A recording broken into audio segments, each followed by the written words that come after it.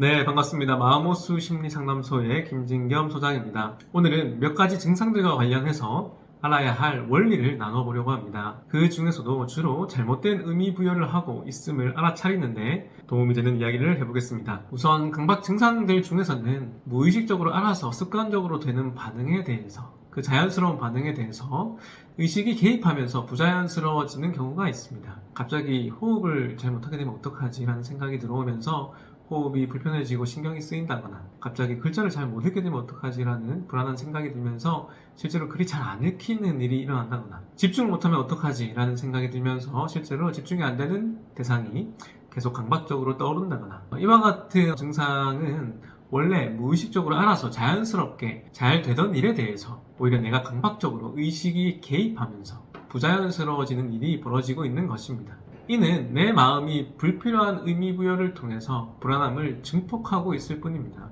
마치 건강염려처럼 어떤 작은 가능성을 파고들면서 잘못된 비현실적인 과장된 의미 부여를 해서 오히려 문제가 발생해 버리는 것입니다. 오히려 내가 문제가 아닌 것을 문제시해서 그게 문제가 돼버리는 어떤 상황입니다. 어떤 특정 숫자나 글자 등의 미신적인 의미를 부여하는 부분도 마찬가지입니다. 특정 숫자나 글자에 대한 의미 부여는 나 자신이 내 마음대로 의미 부여한 것일 뿐이에요. 사실은 존재하지 않는 의미를 내 마음이 만들어내서 믿는 바람에 거기에 스스로 갇히게 되는 겁니다. 자연스러운 반응에 내가 스스로 장애물을 만드는 격입니다. 내가 아무리 그러한 미신적인 의미 부여를 하고 믿더라도 현실이 움직이는 원리와 전혀 상관이 없다라는 진실을 받아들이셔야 넘어가실 수 있을 거예요. 우리가 지구가 평평하다고 내가 의미 부여하고 믿더라도 지구는 둥글다라는 진실이, 현실이 바뀌지 않는 것과 같습니다. 이는 스스로 숫자나 글자에 자신을 가둔 강박증에 불과합니다. 자신의 현실과는 아무런 상관이 없습니다. 하지만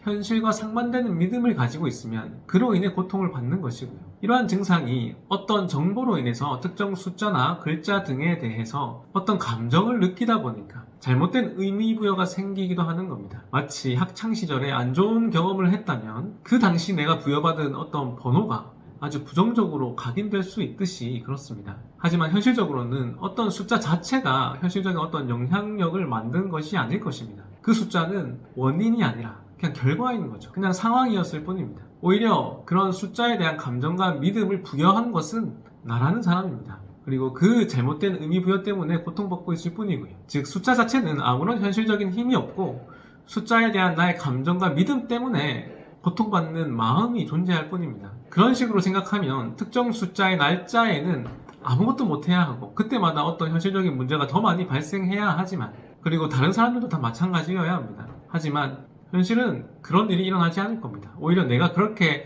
해당 숫자에만 집중을 하고 있다 보니까 해당 숫자와 글자 연관해서 그런 일이 더 많이 현실적으로 발생하는 것처럼 느껴질 뿐입니다. 숫자는 몇 번째인지를 나타내는 번호일 뿐이고 잘못된 미신적인 의미 부여를 멈추셔야 합니다. 중요한 것은 그렇게까지 특정 숫자나 글자, 강박 대상을 피해야 한다라고 생각하면 정말 끝이 없게 된다는 겁니다. 그러면 정말로 인간답게 살기가 힘들어집니다. 그렇기 때문에 그런 식으로 생각하기를 멈춰야 하는 거고요. 스스로 그 멈춤을 선택하셔야 합니다. 그 의미를 거두셔야 되고요. 결국은 숫자에 대한 의미 부여와 공포와 연관된 믿음을 부여한 것도 나 자신일 뿐입니다. 이대로 강박적으로 고통스럽게 살기보다는 잘못된 의미 부여라는 진실을 받아들이시는 게 오히려 덜 고통스러울 거라 판단하시면 좋겠습니다. 강박증은 무의식적으로 비현실적인 믿음이 진짜인 것처럼 감정적으로 느껴지다 보니까 의식적으로 현실적인 판단대로 반응하고 행동하지 못하는 상황입니다. 강박증과 비현실적 믿음 중에 무엇이 우선인가는 별로 중요하지 않습니다. 동전의 양면처럼 서로를 존재하게 만드는 양상일 뿐이에요.